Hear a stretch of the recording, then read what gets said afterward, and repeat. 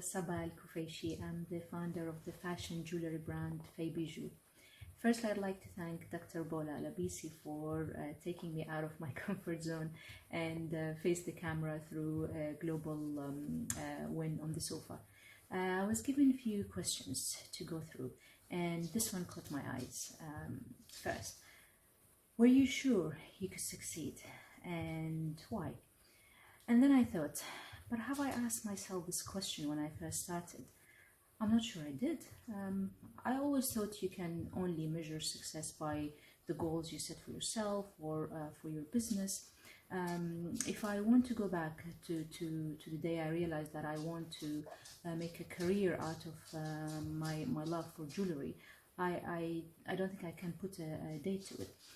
First, it was for fun. A side project with a friend. We sourced unique jewelry makers, gave them designs we want, and they made it for us. Statement necklaces, big earrings. One of those items have thankfully seen the brand winning the GlobalWIIN or the GlobalWIIN creative category during the 2004 award ceremony. This was a recognition which I have seen as a success. Now the days go by, and I locate to the UAE, and I decide to explore the market in the Gulf region to see opportunities for the jewelry business. Going back to the question if I was sure I could succeed, I think at that stage the answer is no.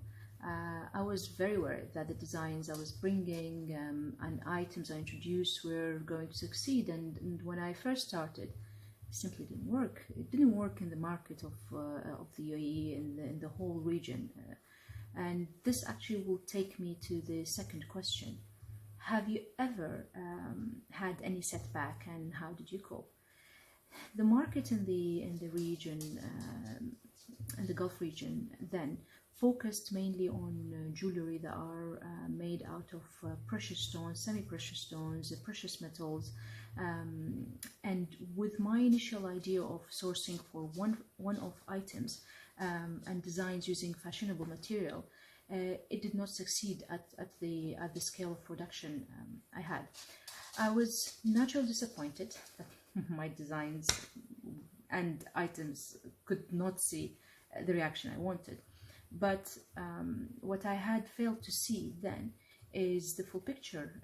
It was a different market, and I think that the moment that I realized that I should change something because I'm catering for a market that I'm not used to, that I'm not familiar with, I had to recalculate everything. Actually, I put the whole jewelry business on hold. The whole idea, I put it on hold. I had to decide at that point if I actually wanted to continue in the line of jewelry, and if I can actually sustain it as a business, or just keep it as a very expensive hobby, as my husband calls it. In this sense, that another question I will answer, which was, what was your family reaction? To be honest, I feel so lucky that I had a supporting family all along, starting from my parents, whom always pushed me to chase success through the passion I can put in any path I decide to choose, and with my loving and supportive husband, who walked the failure and success of the business with me, but then continued to say, try again. With this empowerment at hand, and with the experience I had, the facts I gathered about the market, I had to come with something different if I wanted my passion to see the light and to continue in this line of business. I decided at that point that I need to do a full rebranding, change the way that Bijou was looking at jewelry. First, it was when I was designing, or I was sourcing for designs or working with designers, it was fully about how I see beauty in the design, how I wanted the items to look, and I was going to always, this is my design, I like it, this is what I'm selling. And that's absolutely wrong. If you want to continue in a business, you have to consider who you're selling it for. And you could just decide that you're a designer and this is your idea and just this is why I'm going to continue. But for me to sustain it as a business, I realize that if I'm not going to change that and give designs that are ready and suitable for that market, I will not be able to make it. I started using designs that still reflect the brand identity, which I think this is something very important for any designer, but also sellable, also suitable for the market there. Finally, we managed to get the right formula and seen great reaction from small boutiques as well as department stores in the GCC region. Agreed to stock our items and keep reordering. The breakthrough for the brand, I feel, is when the end consumer started asking floor sales team to let them know when is the next collection for Faye Bijou is available in store. This was music to my ears.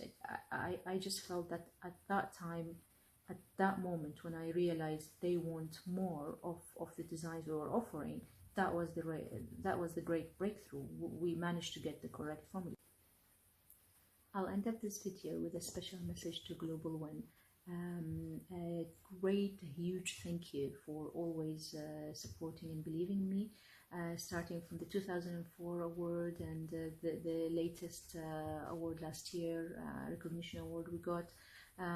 I believe that platform like GlobalWIIN is always needed. It has always pushed women to see the path of success that they deserve. And I think that's very important and very needed these days. Thank you again.